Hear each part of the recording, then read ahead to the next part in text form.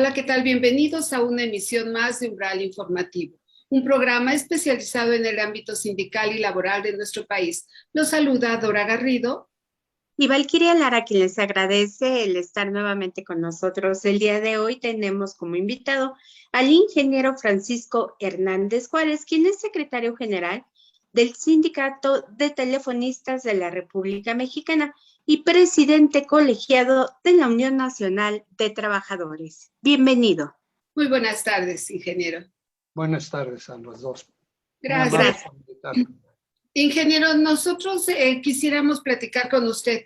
Con la modificación, la última modificación a la Ley Federal del Trabajo, pues se rumoraba mucho que el sindicalismo iba a tener algún desquebrajamiento. Nosotros, sin embargo, nos hemos dado cuenta que, al contrario, al parecer se está fortaleciendo. ¿Qué nos puede comentar usted al respecto? Bueno, yo creo que la ley que se aprobó en el 2007, la reforma laboral, que estuvo a punto de ser, digamos, echada atrás porque en el gobierno de Peña Nieto, muy interesado en participar en el acuerdo comercial más grande del mundo que se estaba maquinando, que era el Transpacífico. Y México es el campeón de suscribir los acuerdos comerciales en el mundo. Creo que tiene más de 15 acuerdos comerciales. Queriendo participar en el Transpacífico, le pararon el alto y le hicieron saber que ya los países que participaban en el acuerdo no querían darle cabida a México porque creían que era una ventaja competitiva inadecuada, que México su principal ventaja competitiva era mano de obra barata. De manera que le dijeron que la única manera de que pudiera abrirse un espacio para México era que modificara sus leyes laborales, porque en México en el sindicalismo no se practicaba la democracia, en México no había libertad sindical y en México los contratos de protección, es decir, los contratos controlados por los patrones, controlados por el gobierno y no por los trabajadores, eran, digamos, la predominante en el aspecto laboral en México. A regañadientes, el gobierno de Peña Nieto aceptó ir a una reforma laboral. Afortunadamente nosotros teníamos propuestas y fueron tomadas en cuenta y se aprobó esa ley, una ley muy avanzada que iba en el camino de democratizar el sindicalismo, impulsar la libertad sindical, erradicar los contratos de protección. Pero en ese ínter llega Trump echa atrás la intención del acuerdo transpacífico y el gobierno de Peña Nieto quiso, pues ya no era necesaria esa reforma, quiso echarla para atrás, pero afortunadamente ya no les dio tiempo. Llega este nuevo gobierno, el del presidente López Obrador, ratifica ese acuerdo con la ley reglamentaria y a partir de este gobierno se inicia todo un proceso precisamente en vías de la democratización sindical. También motivado mucho por el acuerdo comercial que se firmó entre Trump y el gobierno del presidente López Obrador, que cambió el tono de lo que era el acuerdo comercial anterior. Y bueno, estamos claros que estas leyes, esta ley reglamentaria, este impulso a la democratización del sindicalismo, a la modernización de la estructura laboral, a la libertad sindical y a la erradicación de los contratos, no va a ser pues automático. Hay resistencia, hay intereses.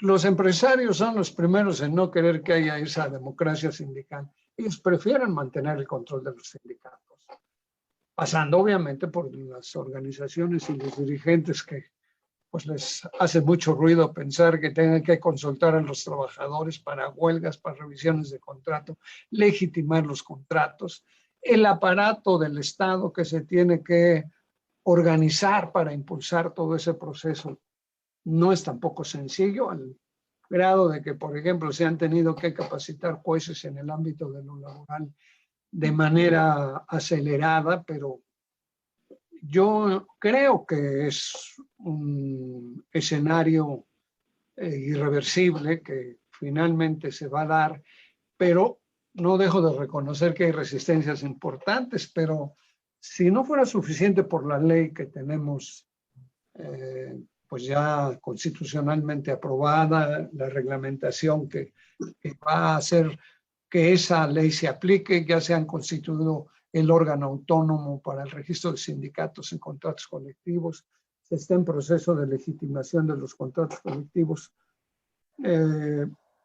No puedo dejar de reconocer que con todo y eso las resistencias no son menores, pero yo tengo confianza en que se va a lograr, por si no fuera suficiente con todo esto que se ha echado a andar, por la propia vigilancia del gobierno norteamericano y de los sindicatos norteamericanos que pues nos están vigilando con lupa, y como ellos pues reciben denuncias y quejas de México y de sindicatos que no se sienten representados, que no sienten que su organización sea democrática, que no se practica el voto universal y secreto. Bueno, pues está eso pues ahora sí que en la mesa, en el tapete de las discusiones, pero no dejo de reconocer que las resistencias no son menores, ¿no? Bien. Ingeniero, muchos sindicatos afirman que esto ha sido una total intromisión a la vida democrática de los sindicatos. ¿Usted qué opina de eso y cómo le está yendo con el proceso de legitimación? Bueno, hace algunos años en la OIT, cuando se discutía los acuerdos laborales que tenían que suscribir los países, algunos sindicatos alegaban que estos acuerdos de la OIT, los acuerdos laborales, no procedían porque los estatutos tenían lo que se llamaba la cláusula de exclusión. Es decir, que los sindicatos, y dirían los dirigentes de los sindicatos, que consideraban que un trabajador se salía de las, digamos, de las normas que se establecían en esa organización, el sindicato tenía derecho de pedirle a la empresa que lo despidiera porque el sindicato lo había dado de baja. Y como ya no era parte del sindicato, la empresa no lo podía tener contratado como trabajador. Entonces alegaban, porque se cuestionaba mucho en la OIT, esa famosa cláusula de exclusión. Entonces los sindicatos decían que era intervenir en la autonomía del sindicato querer quitar la cláusula de exclusión. Pero la cláusula de exclusión violentaba los derechos laborales de los trabajadores, los derechos humanos de los trabajadores. Y bueno, un país que suscribe un acuerdo internacional se obliga y se compromete a cumplir con esos acuerdos internacionales. Y ya en esos acuerdos internacionales firmados por México, queda claro que la democracia y la libertad sindical son un derecho de los trabajadores y no se puede alegar intervención en la autonomía si se le niega esos derechos a los trabajadores y si los trabajadores deciden luchar con las herramientas que la ley les permite, pues para quitarse ese impedimento. De ninguna manera yo creo que sea intervenir en la autonomía de las organizaciones, el respeto a la ley y el respeto a los derechos humanos de los trabajadores. Bien, ingeniero, y con respecto a la legitimación del contrato. Bueno, es una vía que se estableció en el acuerdo comercial, que ha instrumentado la Secretaría de Trabajo. Para eso se creó este órgano autónomo que va a determinar si los contratos colectivos están avalados por los trabajadores, si fueron legitimados por ello, y para que no quepa duda, todos están sometidos a esta legitimación. Yo creo que eso está en marcha. El caso más notorio en los últimos semanas ha sido la del Sindicato del Seguro Social, pero me imagino que deben tener mucho trabajo porque el Sindicato de Telefonistas tiene como 3 meses pidiendo que vayamos a esa consulta y pues no nos llega. Pero no creo, digo, un sindicato democrático no debe tener preocupación por esto, pues simplemente nosotros para una huelga tenemos que hacer una votación a través de voto universal y secreto. Para una autorización de la firma de un contrato tenemos que hacer una votación. Para elecciones tenemos que hacer votación por voto universal y secreto. No nos espanta. Dicen que la complicación del tamaño de nuestro sindicato, porque somos 63,000, estamos en 190 secciones. En la capital solita tenemos cerca de 15,000 compañeros. Entonces, para tener 190 inspectores en todos los municipios del país, más todos los centros de trabajo, pero si lo pudieron hacer con el Seguro Social, no sé por qué no lo puedan hacer con nosotros. Nos parece bien y nosotros no tenemos ningún inconveniente en proceder en cuanto la Secretaría de Trabajo nos dé luz verde. Nosotros queremos cubrir este requisito. Claro, señora, hace unas semanas ustedes tuvieron revisión de contrato colectivo. ¿Cómo les fue? Bueno, estamos en un problema serio con la empresa, porque la empresa actualmente está pasando por un problema financiero grave. Es decir, la empresa, desde nuestro punto de vista de mala fe, operó financieramente para que Teléfonos de México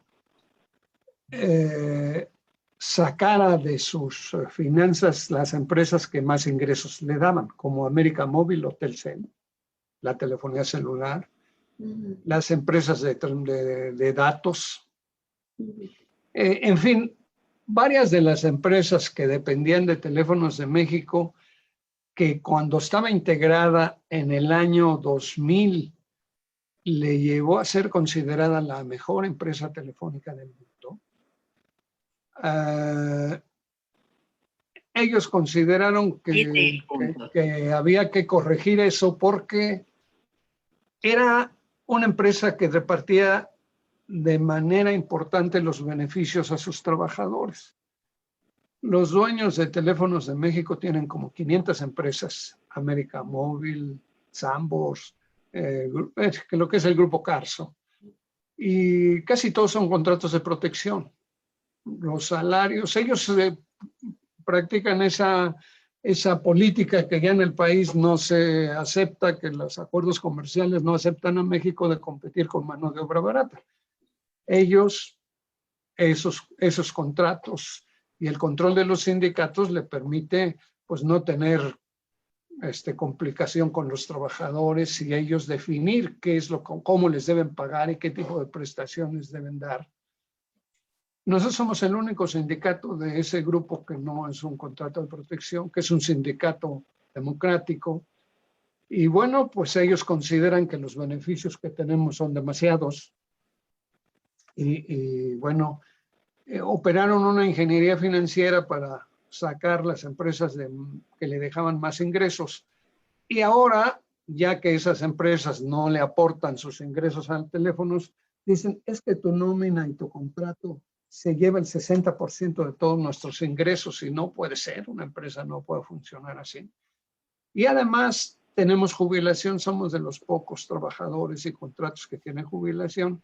Les parece que no es posible que debamos tener una jubilación pagada por la empresa si ya tenemos una pensión de las AFORES. Que bueno, dicen, pues te debes conformar con eso. Como no estamos de acuerdo, como nosotros queremos conservar nuestra jubilación, pues ellos no nos contratan ya personal, no le están invirtiendo a la empresa, no le ponen dinero al fondo de pensiones. Y bueno, pues ya mis compañeros están enojados. Tenemos un emplazamiento para huelga para el día 29, o sea, la semana que entra, el jueves. Espero que no tengamos que llegar a ese nivel, pero mis compañeros no creen que la sanidad o la solución financiera de la empresa pase porque a los trabajadores nos quiten nuestras ventajas que hemos obtenido a través del contrato colectivo. Estamos dispuestos a ayudar a la empresa. Quieren cambiar parte de la antigüedad por un paquete accionario, cosa que estamos de acuerdo, pero quieren que los de nuevo ingreso ya no tengan jubilación y ahí nuestros compañeros no están de acuerdo. Pero bueno, precisamente les digo, venía de una reunión con ellos. Esperemos que la empresa nos presente una propuesta que se pueda considerar. Si no, pues yo sí tendré que presentarle a mis compañeros. El jueves inicia nuestro Congreso Nacional y bueno, pues ahí les informaré si hubo avances o no en la negociación, pero se ve difícil, ha estado difícil tener un arreglo con la empresa. Ingeniero, esta es la cláusula 149, ¿verdad? 149. La que están trabajando. Es la de jubilación. ¿Y será el tema de este Congreso Nacional prioritariamente? Ese es el asunto prioritario. ¿Y qué tanto apoyo les está dando la Secretaría del Trabajo sobre este tema? Pues la Secretaría está, digamos, metida en la negociación y pues yo creo que llevamos como unas 30 reuniones y la Secretaría ha estado puntualmente trabajando para lograr un acuerdo. No ha sido fácil, pero nos ha ayudado y confiamos en que sea un factor definitivo para lograr una solución. Claro. Ingeniero, ¿qué opinión le merece la supuesta prórroga que quieren hacer sobre la ley del outsourcing? Yo sinceramente creo que ya no se justifica. Yo creo que los empresarios lograron contenerla como originalmente estaba planeada, que era la idea de erradicar el outsourcing, porque con este esquema se abusó. No digo que en algunos casos no se requiera, pero como se fue muy laxo con el control de ese esquema, los empresarios estaban felices porque podían sacar de sus nóminas empleados, la facturación era un escándalo. Y luego viene este gobierno y los quiere poner en orden y ponen el grito en el cielo, que se va a caer el país. Bueno, finalmente se les escuchó, se pospuso presentarla en el Congreso, se pospuso después de que se presentó y, o sea, no hay nada que les llene. Entonces, simplemente no quieren ajustarse a las nuevas disposiciones legales, insisto, pero además quedó claro que hay manera de lograrlo si no es sobre las actividades sustantivas de la empresa. Si es eso, que no se quieran terciarizar ni los trabajadores, ni la nómina, las actividades sustantivas, lo pueden hacer, nada más es que se registren y que estén dispuestos a que se les esté controlando para que no haya nuevos excesos. La prórroga me parece que solo la ley. Además, dicen que están de acuerdo y se presentan a las reuniones diciendo que sí, pero los amparos que han presentado dejan claro que no están tan de acuerdo. Pero bueno, pues es un recurso legal que es válido, pero deja claro que siguen en su actitud de tratar de detener a toda costa esta propuesta. Ingeniero, ¿ustedes reciben reparto de utilidades? No, tiene 2 años que no recibimos por esta situación financiera de la empresa. No hemos recibido utilidades, pero bueno, esperamos poder corregir esa situación y lograr un acuerdo con la empresa, pero si no, pues bueno, utilizaremos también los recursos que la ley nos permite, si es necesario, la huelga misma. Claro. Ingeniero, ustedes hace algunas semanas tuvieron una reunión con dirigentes del Estado de México, de la COSEM, del Congreso Laboral. ¿Qué trataron ahí o a qué acuerdos llegaron? Bueno, yo les he insistido mucho a mis compañeros dirigentes sindicales de la ONT, del propio Congreso del Trabajo, de la mesa de diálogo que denominamos este encuentro con dirigentes sindicales de otras organizaciones, con la nueva central, que los cambios por la ley, por la nueva ley, a mí me parece que fortalecidos por la llegada de este nuevo gobierno, que los cambios en el sindicalismo, en el mundo del trabajo, son irreversibles y que nosotros tenemos tres opciones: o que esos cambios se den contra nosotros, o que esos cambios se den sin nosotros, o que esos cambios se den con nosotros. Y yo les he dicho que creo que la única manera que esos cambios se den tomando en cuenta la opinión de las organizaciones sindicales, no para oponerse al cambio, no para pelear con el gobierno, para que en el proceso de cambio la opinión de los trabajadores y del sindicalismo sea tomada en cuenta, es solo con la unidad del sindicalismo. Porque si la UNT trata sus problemas por su lado, si el Congreso trata los problemas por su lado, si la nueva central trata los problemas por su lado, por eso nos va mal, porque no conjuntamos la fuerza necesaria para hacer valer nuestra voz y nuestra fuerza. Entonces, a mí me parece que independientemente del origen, de la historia, de las diferentes organizaciones, de sus condiciones, la unidad del sindicalismo es imprescindible. Y bueno, en eso es lo que estamos trabajando. Yo he puesto en eso mi mayor esfuerzo y la verdad es que he encontrado mucha receptividad, mucha disposición de ello, pero no es fácil, insisto, los intereses por mantener la estructura y las condiciones que se tenían anteriormente todavía no son fáciles, pero eso es en lo que estamos trabajando, en cómo lograr la unidad del sindicalismo para que los cambios que se están dando y que son irreversibles en el mundo del trabajo sean escuchada la voz de los trabajadores y del sindicalismo. Ingeniero, ¿hay voluntad por parte del Congreso del Trabajo con su nueva dirigencia de mantener esta unidad o llegar a fomentarla? Pues eso nos han dicho que sí. Insisto, ahí también hay gente que no tiene mucho interés, pero yo espero que la voluntad del Congreso como tal, como institución, y su nueva dirigencia, pues siga en este camino, ¿no? Lo veremos. Hasta ahora no ha habido oposición. Tampoco voy a decir que han dicho que están de acuerdo, no. Pero han participado en las reuniones que hemos planteado. Hicimos un 1 de mayo conjunto, mantenemos una mesa de diálogo con mucha regularidad. Tenemos una reunión el jueves con